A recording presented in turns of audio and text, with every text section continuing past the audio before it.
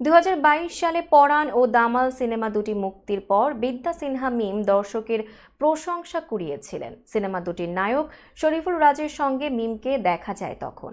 আচমকাই মিম এবং রাজকে জড়িয়ে এক বিস্ফোরক স্ট্যাটাস দেন সে সময় পরীমণি।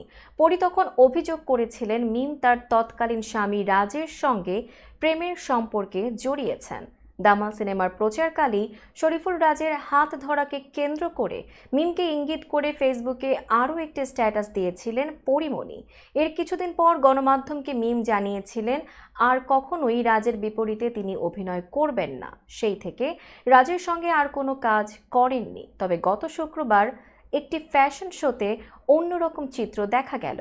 অনুষ্ঠান মঞ্চের পেছনে মিমকে জড়িয়ে ধরতে দেখা যায় পরীকে। এ নিয়ে মিম কথা বলেন দেশের একটি সংবাদ মাধ্যমেও।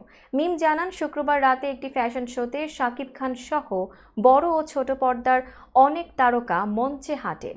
সেই অনুষ্ঠানে পরীও ছিলেন।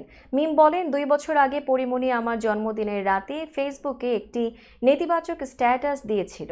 আমি খুব কষ্ট পেয়েছিলাম। এদিন স্টেজে ওঠার আগে মঞ্চের পেছনে সবার সঙ্গে আমিও দাঁড়িয়ে আছি।